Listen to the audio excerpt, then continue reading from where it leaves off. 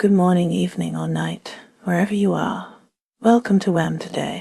Take a deep breath, clear your mind, and let's drift through the whispers of today's world, one quiet thought at a time.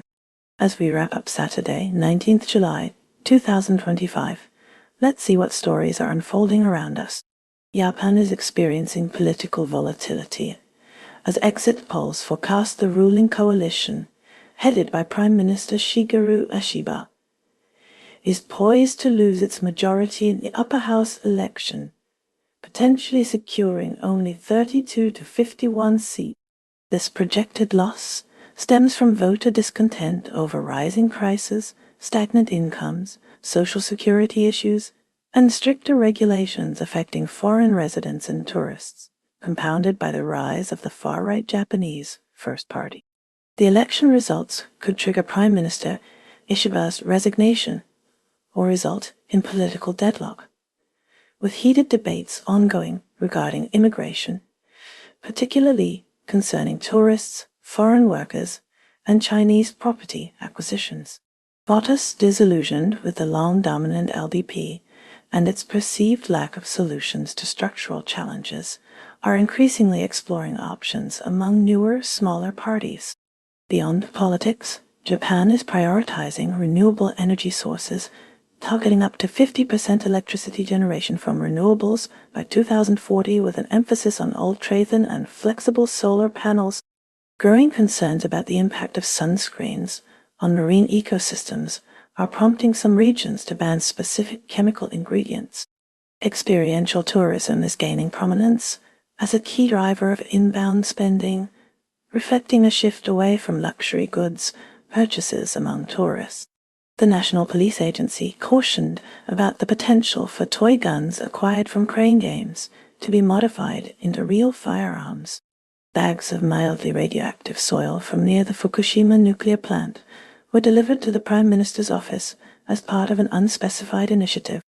Ryose Akazawa, Japan's top tariff negotiator, planned to travel to Washington for trade talks with the United States, seeking to resolve tariff issues affecting Hiroshima residents, particularly those employed by Mazda. The U.S. Secretary of the Treasury and U.S. Ambassador to Japan also visited Expo 2025 with U.S. delegates. Turning to South Korea, an S. Young secured the Japan Open Badminton title, defeating China's Wang Ji, claiming her sixth title in 7 tournaments this year. Brazil is embroiled in controversy as former President Jair Bolsonaro faces accusations of orchestrating a coup. This led to a police raid on his residence, confirmed by his son, Congressman Eduardo Bolsonaro. The Supreme Court has mandated that Bolsonaro wear an electronic ankle monitor. Complicating matters further, the United States has threatened to impose 50% tariffs on Brazil if the prosecution of Bolsonaro proceeds. Current Brazilian President Luiz Inácio Lula da Silva has strongly criticized the U.S. threat, denouncing the subsequent U.S. decision to impose visa bans on officials connected to Bolsonaro's trial as arbitrary and without foundation. Germany, France, and the UK have solidified a new alliance under the leadership of Chancellor Merz. This tripartite agreement emerges amid growing anxieties about Russian aggression and doubts surrounding the consistency of U.S. commitment to European security. Shifting to a historical note, Polina Gelman served as a navigator in the Night Witches, a distinguished all-female Soviet aviation regiment during World War II. These courageous women executed daring nighttime bombing raids against German forces, utilizing primarily wooden aircraft. Hong Kong's chief executive John Lee Ka-chiu is focusing on improving civil service efficiency and the well-being of residents. He is considering a new accountability system for senior government officials. This system could be based on reports from the International Institute for Management Development in Switzerland. Shifting to Canada, Prime Minister Justin Trudeau's government is facing scrutiny over its handling of foreign interference. Allegations have surfaced regarding attempts by foreign governments to influence Canadian elections. These allegations are prompting calls for a public inquiry and stricter measures to safeguard democratic processes. The government insists it takes these matters seriously and is committed to protecting the integrity of Canadian elections.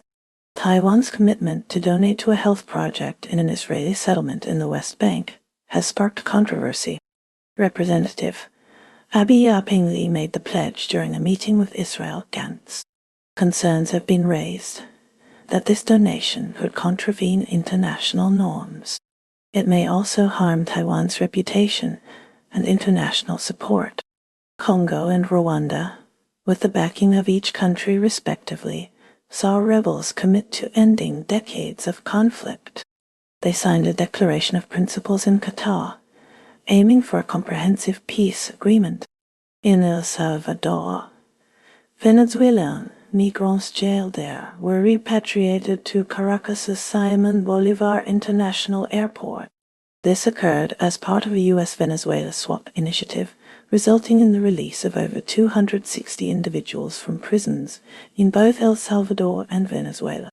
South Africa is countering a 30% tariff increase imposed by the United States. The nation is focusing on increasing exports to China. Deputy President Paul Mashatile led a delegation to Beijing to attract investment and diversify exports. Lesotho's government has declared a 2-year state of disaster due to the struggles of its garment industry, which are caused by U.S. tariffs. Libya deported 700 Sudanese migrants amidst a crackdown on trafficking. Separately, the Coast Guard in eastern Libya intercepted a boat carrying 80 migrants. These migrants were attempting to reach Europe off the coast of Tobruk. Haze from forest and peatland fires in Indonesia's Sumatra Island has now been detected in Malaysia. In Thailand, monks are employing tree ordination to protect endangered trees. The ritual involves draping the trees in saffron cloth to symbolically ordain them as monks, preventing logging and development. A severe drought in the Balkans has left over 1,000 cows and horses without water on a mountain in southeast Serbia. Authorities are delivering emergency supplies in response. Jamaat-e-Islami, Bangladesh's largest Islamist party, held a large rally in Dhaka. This was to demonstrate its strength as the country approaches elections next year. Enrollment in Mandarin classes is declining in the West. A Mandarin program in a Syracuse, New York school was closed due to low enrollment and budget constraints, a clear indication of this trend. Egyptian police reported killing 2 suspected militants during a raid near Cairo. And that's a wrap for today's news, because even headlines need a nap. Stay curious, stay kind, and let the noise fade as you find your quiet. Take care, stay awesome, and I'll see you next time on WHAM Today.